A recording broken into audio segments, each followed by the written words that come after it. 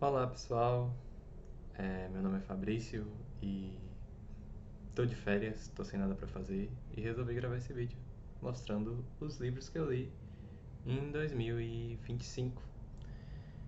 Em 2025 eu não li tantos livros quanto eu queria ter lido, mas eu acho que já foi um grande passo, uma grande evolução, né? Desde 2024, 2023, tantos outros anos que eu venho tentando priorizar mais a leitura e eu acho que esse ano eu consegui é, melhorar nisso daí. 2025 foi um ano bem corrido, não sei se mais do que 2024, porque 2024 foi bastante corrido, mas é, consegui ler cinco, um, dois, três, quatro, cinco, seis livros. Talvez eu termine o sétimo até o final do ano. Hoje é dia 19 de dezembro, quem sabe. Mas se não, tô feliz com o resultado porque foram títulos, em sua maior parte, que eu gostei muito. Bora lá? O primeiro livro que eu li esse ano foi Crime e Castigo, Dostoiévski. Depois de ouvir falar muito sobre esse livro, eu comecei esse livro, se não me engano, no final do ano passado, mas só terminei já é, esse ano mesmo. Então, acho que todo mundo já conhece, né? Todo mundo que consome conteúdo de livro está acostumado. Já ouvi pessoal falando sobre esse livro. É a história do Raskolnikov, que ele comete um crime e ele fica nessa edição aqui, mais de 700 páginas, mais de 700 páginas, é, refletindo sobre aquilo que ele fez. E é de fato tudo aquilo que dizem que é um livro surpreendente. Eu acho que é um livro que entra muito na cabeça de uma pessoa, de uma pessoa com síndrome de grandeza mesmo, sabe? E você começa a compreender aquilo e você começa a identificar certos sintomas de grandeza em si próprio e você fica, poxa, mas eu não quero ser assim. E se eu sou assim, como que eu vou me redimir, sabe? Nesse caso, ele chegou ao extremo da síndrome de grandeza, que é cometer um crime só por ele achar que ele tem o direito de fazer isso, né? Então, livraço, muito bom, um desfecho muito interessante. Essa edição aqui da Martin Claret tem a tradução do Oleg Almeida. Sei que tem muita gente que torce o nariz para Martin Claret, muito mais por conta do histórico da editora, né? Mas assim, eu acho que é uma editora que é, deixou seu passado no passado mesmo e hoje as edições deles são bem caprichadas, traduções muito boas. Olha que a diagramação é bem organizada, é um livro. Esse aqui eles vendem como de bolso, né? Mas pra mim é um tamanho confortável. Eu não tenho nenhuma régua por perto agora. Não tem. Mas olha aqui pra você comparar com o tamanho da minha mão. Então, é um livro, foi confortável pra abrir e ler assim. Livraço, recomendo essa edição. Não sei se tenta pegar aí uma promoção, porque nem sempre tá no preço muito bom. Essa, se não me engano, eu paguei 38, mas não sei se dá para encontrar nesse preço ainda. Segundo livro do ano, se não me engano, ainda não tinha terminado é, Crime e Castigo, porque eu lembro que eu li esse livro no carnaval. Foi O Santo e a Porca, do Suassuna. Livraço, gente. Assim, Suassuna, todo mundo conhece o Alto da Compadecida e as aula espetáculo, que ele chama, que tem sempre no YouTube aí, eu vejo e revejo diversos trechos de vez em quando. E a gente às vezes não explora mais do que o Suassuna tem a contar. Mas ele é um ótimo contador de causos e de histórias. Suassuna é um primor pra gente, assim. É um livro assim que você dá risada mesmo, gargalha. E aqui a história do Santo e a Porca é a história de um cara chamado Euricão Engole Cobra. E ele tem uma porca é, e um Santo Antônio. São dois objetos dele que ele preza muito. E essa porca é, na verdade, um cofrinho, né? Um minhaeiro. Que ele guarda muito dinheiro lá, mas que ninguém, na verdade, sabe disso. Ele é, só vem assim, esse Eurico aí, ele é meio esquisito porque ele trata aquela porca de um jeito bem diferente. Mas, assim, é um livro muito engraçado, tem muitas situações engraçadas, muitos personagens engenhosos, muita situação sem pé nem cabeça, igual as que a gente encontra no Alto da Compadecida. Recomendo demais. Eu sinto que, eu não procurei sobre isso, mas eu sinto que algum trecho do Santo e a Porca foi utilizado na adaptação da minissérie do filme do Alto da Compadecida, porque a gente, não sei se vocês lembram, mas tem uma porca cheia de moedas no filme, né? Que aparece lá no final, que é a da Rosa. É Rosa ou Rosinha o nome dela? Não lembro. Mas se parece um pouco, mas não é exatamente aquilo. Mas, muito bom, gente. Suassuna é sempre uma boa pedida. Santo e a Porca é muito bom, muito engraçado. Dá pra ler em uma sentada em um dia. Tava no carnaval e li. Muito bom. Próxima leitura, eu acho que foi a minha favorita do ano. Esse livro aqui,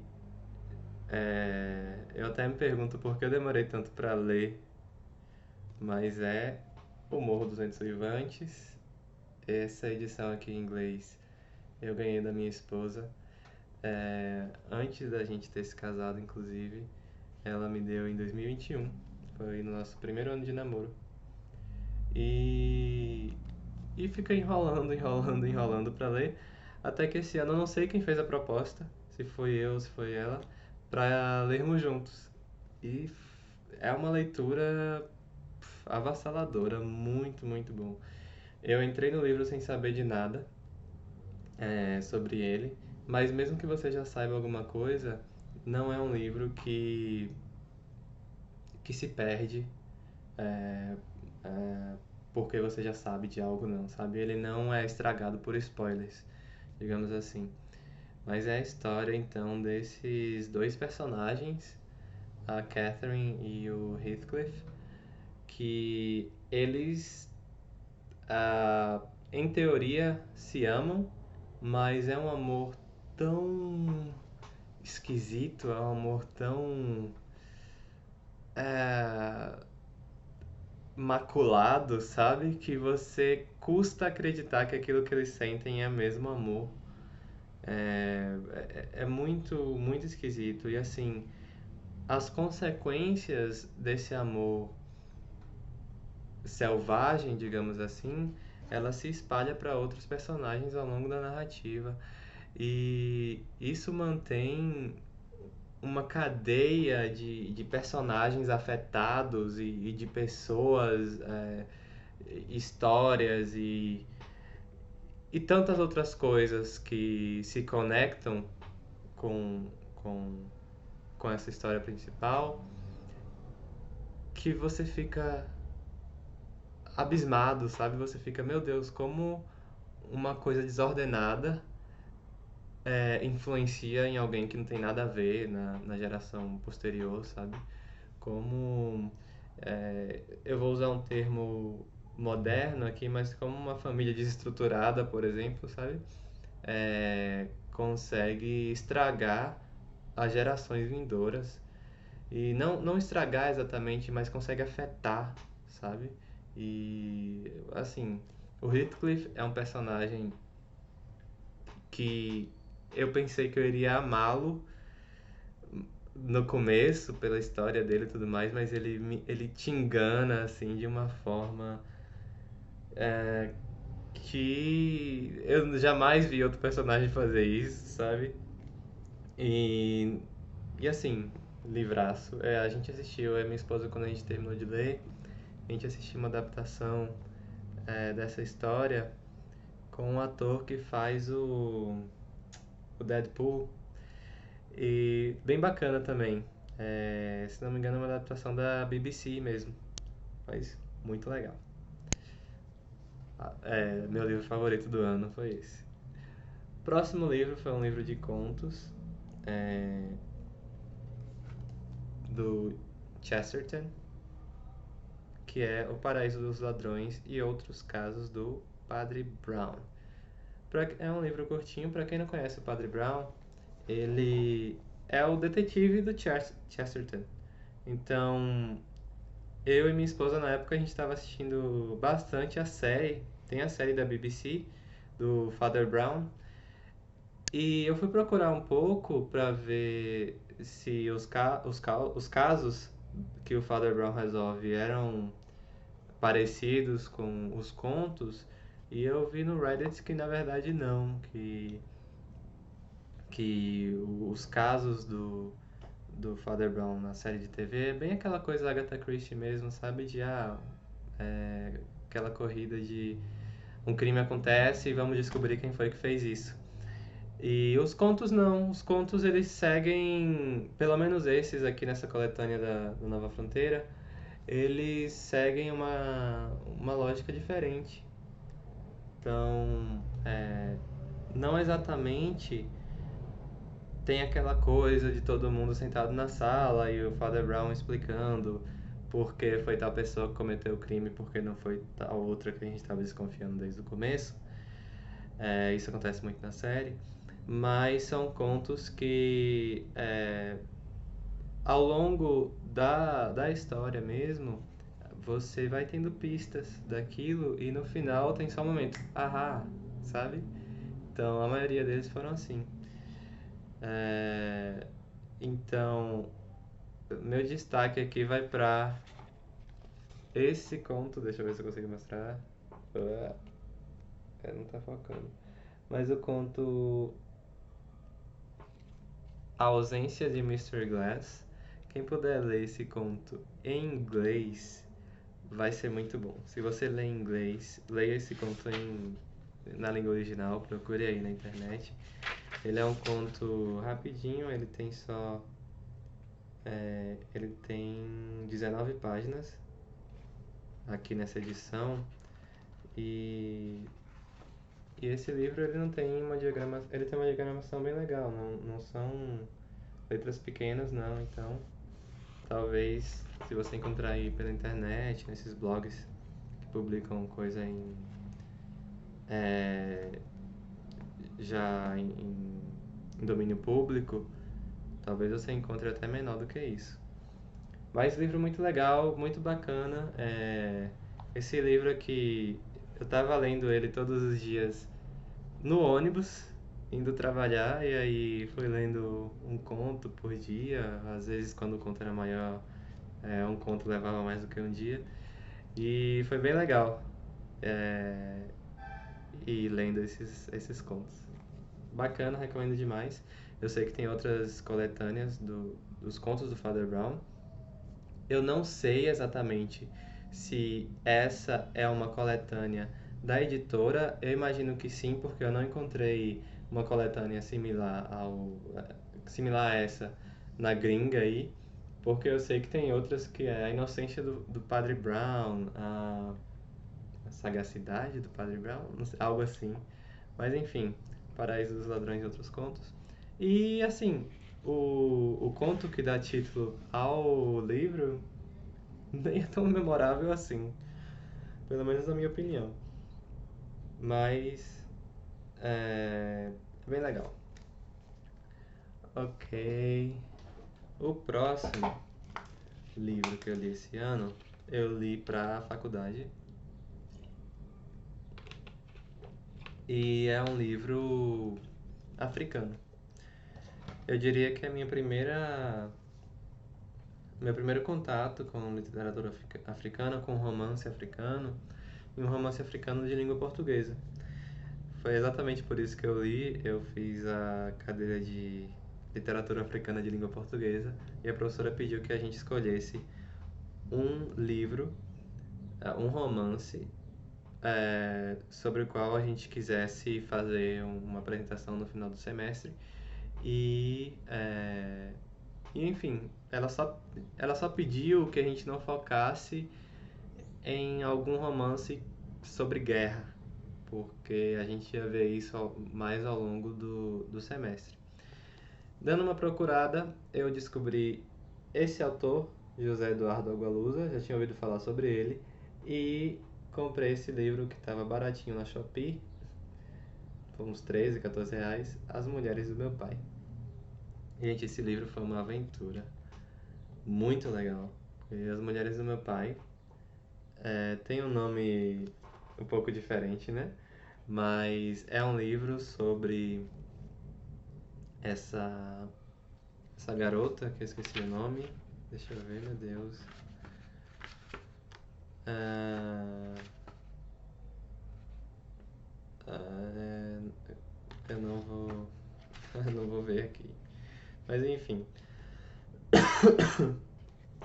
Essa, essa garota, ela mora em Portugal. E aí, no leito de morte da sua mãe, sua mãe fala que ela foi adotada.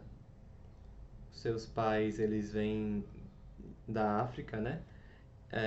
E já estão morando em Portugal há muito tempo. E quando ela chega em Portugal, ela tem mais ou menos uns 4 anos de idade, se não me engano. E aí ela cresce conhecendo como seu local mesmo, sua cidade natal, é Lisboa. E aí lá. é, E aí essa mãe fala que na verdade ela foi adotada e que a mãe dela é na verdade. O pai dela, perdão, é na verdade um cantor chamado Faustino Manso. E eles adotaram essa menina porque esse Faustino Manso ele andava toda a África e fazia vários filhos. E inclusive é, essa mulher que é a mãe da protagonista, a mãe biológica da protagonista, ela foi seduzida por esse cantor e o pai iria forçá-la a casar com Faustino Manso, mas ele fugiu e tudo mais, e ele estava super irritado com ela. E aí ela decidiu, ela e o marido, adotar essa criança, levar para Portugal e lá criar uma família. Ela conta esse segredo no leito de morte.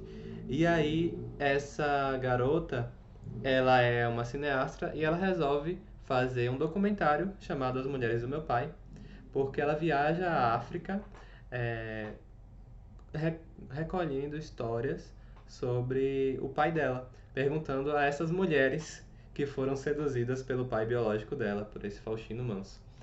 É um livro muito legal, gente.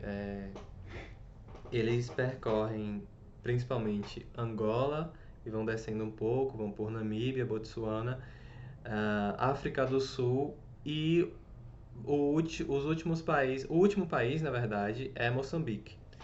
Então, é uma viagem bem legal. Eles passam por cidades reais.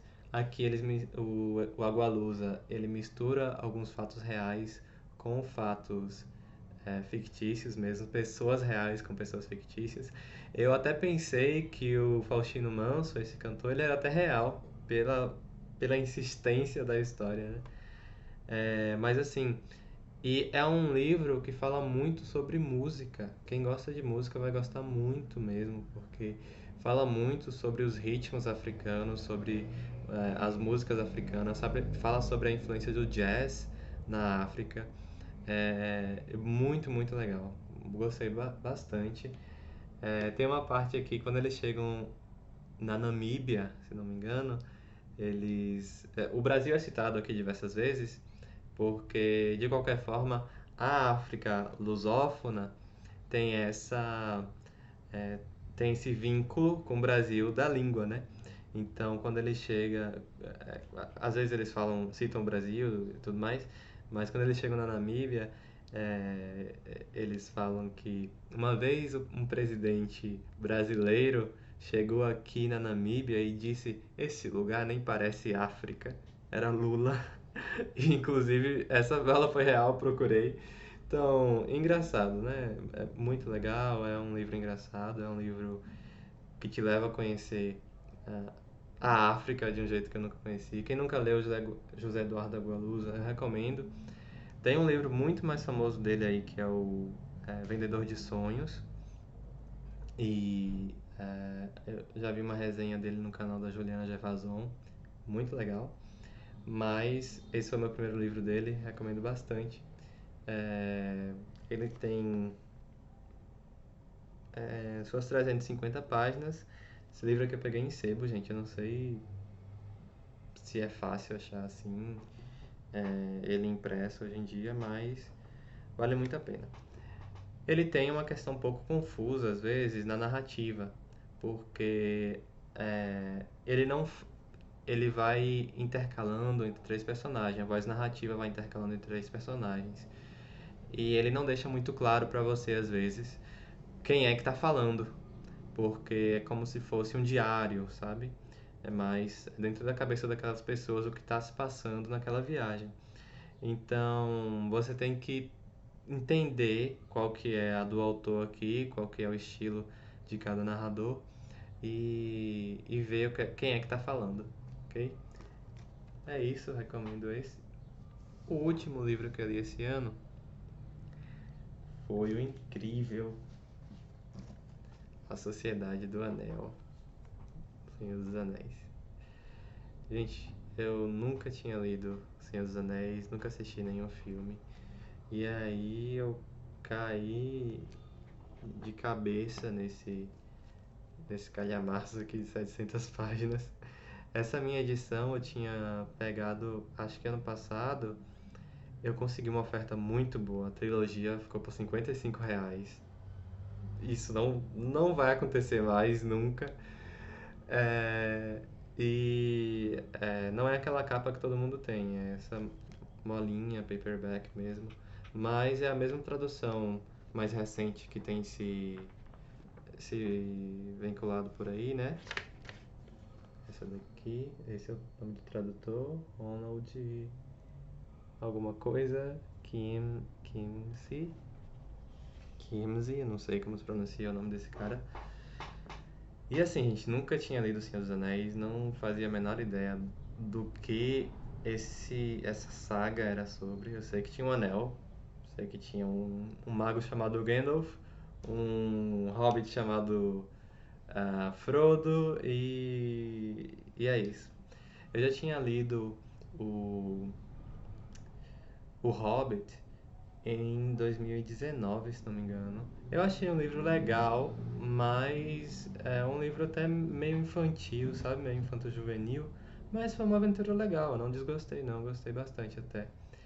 E aí eu comecei a ler esse ano, O Senhor dos Anéis. Terminei A Sociedade do Anel, achei muito legal. Aí fui correndo assistir o filme. Primeiro eu procurei na internet se dava pra assistir, né? Se não tinha nenhum spoiler dos outros livros. É, Aí vi que tinha das Duas Torres, li o começo das Duas Torres e aí fui pro filme. Achei o filme bem legal também, mas assim, o livro é sempre melhor. Na minha cabeça, as coisas são sempre melhores do que na adaptação cinematográfica. Mas é isso. Ótimo, ótimo, ótimo. Eu não tinha noção de que era um universo assim tão não que tão bem trabalhado, mas que tão plural. Não é uma coisa pensada somente naquele núcleo ali, mas em tudo. Tem mitologia, tem mística, tem história, tem língua e muito, muito bacana. Eu entendi porque algumas coisas aconteceram diferente no filme. É, eu vou esperar terminar tudo e ver se nos apêndices aparece alguma coisa daquilo ali. E é isso. Tô terminando as duas torres, talvez eu até termine antes da virada, né? Como agora eu tô com mais tempo livre. E livraço. Gostei bastante. Vou continuar lendo a saga e depois eu posso voltar por aqui para falar o que eu achei. É isso. Se você chegou até aqui, muito obrigado por ter assistido esse vídeo bem despretensioso que eu fiz. Só para compartilhar mesmo, só porque eu tô com tempo livre. Deixa eu mostrar de novo aqui quais foram os livros lidos em 2025. Ok. E é isso. Muito obrigado. Tchau, tchau.